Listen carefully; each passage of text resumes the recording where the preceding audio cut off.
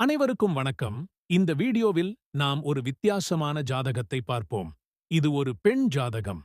இந்த ஜாதகத்தின் வித்தியாசமான அமைப்பு மறுமுறை திருமணம் செய்து கொள்ளும் ஜாதகம். இந்த ஜாதகத்தில் கணவரை குறிக்கக்கூடிய கிரகமான செவ்வாய் நீசம். செவ்வாய் இருக்கும் வீட்டின் அதிபதி சந்திரன் விருச்சிகத்தில் உள்ளார். விருச்சிகத்தின் அதிபதி செவ்வாய் ஆவதால் இங்கு கிரக பரிவர்த்தனை ஏற்படுகிறது. இது ஒரு நீச பங்க அமைப்பு ஆகும். கிரக பரிவர்த்தனையே திருமண வாழ்வில் முதல் பிரச்சனை. இப்பிரச்சனையின் வீரியத்தை அதிகப்படுத்துபவர் பரிவர்த்தனை பெற்ற சந்திரனுடன் இணைவு பெற்ற ராகு. இந்த ஜாதகம் நமக்கு உணர்த்தும் செய்தியானது, பரிவர்த்தனை பெற்ற கிரகம் வக்ரம் பெற்ற கிரகத்தோடு இணைவு பெறும்போது அந்த கிரக காரகத்துவங்கள் முழுமை பெறாது. இந்த ஜாதகத்தில் இடம் பெற்றுள்ள உச்ச சுக்கிரன் குரு பார்வையில் இருப்பதால் திருமண வாழ்வில் தொடர்ந்து அதிருப்தியை கொடுத்தலும் ஜாதகரின் பணப்புழக்கத்தை சிறப்புற செய்யும்.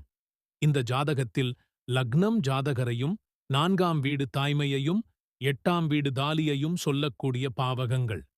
ஜாதகர் குழந்தை பெற்ற பின்பும் குழந்தையுடன் தொடர்ந்திருக்க முடியவில்லை. தாலி கட்டி திருமணம் செய்த பின்னர் தாலி கட்டிய திருமணம் நிலைக்கவில்லை.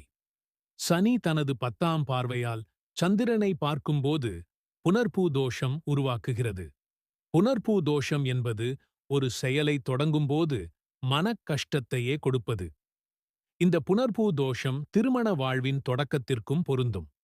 செவ்வாய் தனது 8ஆம் பார்வையால் சனியை பார்ப்பதால் திடீர் முடிவுகளையே எடுக்கச் செய்து தவறு என பின்னர் உணர்த்தும்.